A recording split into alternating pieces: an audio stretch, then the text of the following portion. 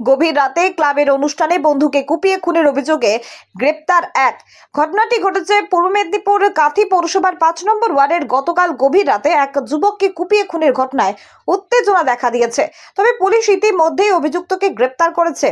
গতকাল গভীর রাতে কাঁথি পৌরসভার 5 নম্বর ওয়ার্ডে একটি ক্লাবের বাৎসরিক অনুষ্ঠানে নাচানাচি করার সময় দুজনের মধ্যে বচসা শুরু হয়।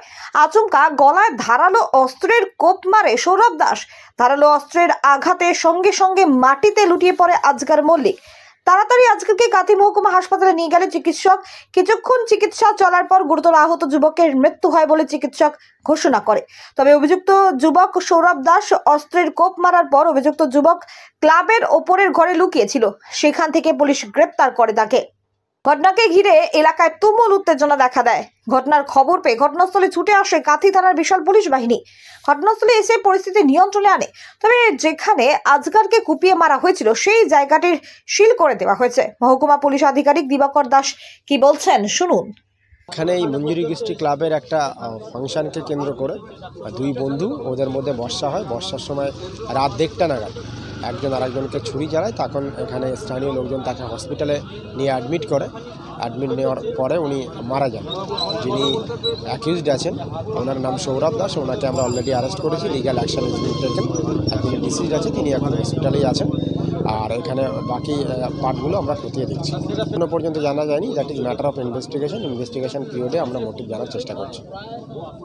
এই ঘটনায় কাউন্সিলর কি বলছেন শুনুন। আমরা এখানে মঞ্জুরি গোষ্ঠী ক্লাবের বাৎসরিক অনুষ্ঠান দুদিন ধরে চলছে।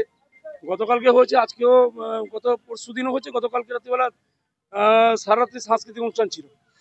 তো কিছু ছেলে বলে এখানে নাচাগানা করছিল। তো হঠাৎ করে রাত্রিবেলা খবর পাই আমি, যেহেতু অনুষ্ঠান আমার ওয়ার্ডে হচ্ছিল, তো এখানে একটা ঘটনা ঘটেছে এবং গজালিকেও মারা হয়েছে একজনকে। যাকে মারা হয়েছে সে আমার ওয়ার্ডের ছেলে, আসগর মল্লিক ছেলেটির নাম। আমি তাকে হসপিটাল করা হয়, হসপিটাল করতে আমি দৌড়ে হসপিটালে যাই। সেখানে মোটামুটি প্রাথমিক পর্যায়ে চিকিৎসা করা হয়েছিল এবং আমরা কলকাতা নিয়ে যাওয়ার একটা ব্যবস্থা করছিলাম বেটার ট্রিটমেন্টের জন্য। তো ওইখানে ট্রেচারেই শেষ নিঃশ্বাস ত্যাগ করে।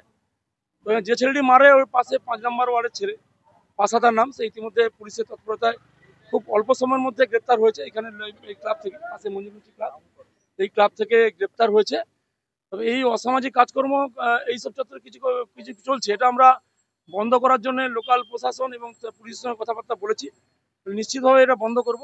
তো যেটা হয়েছে এটা হওয়া উচিত ছিল না। একটি মায়ের কোল শূন্য হলো। হ্যাঁ, এবং যে ছেলেটি অ্যারেস্ট হলো, যে মারাটা করলো, তার উদ্ধত্ত থেকে অবাক হয়েছে। পুলিশ তাকে নিয়ে যাচ্ছে, অ্যারেস্ট করলো। সে যেসব ভাষায় কথাবার্তা বলছে, এটা খুব অবাঞ্ছিত। এটা হয়তো এইসব ভাষা নিশ্চিতভাবে প্রয়োগ করা ঠিক নয়। তো নিশ্চিতভাবে আইনি প্রসেসে পুলিশ যা পদক্ষেপ নেবেন এবং আইন তার আইনের পথে চলবে, দোষী শাস্তি পাবে। সর্বোপরি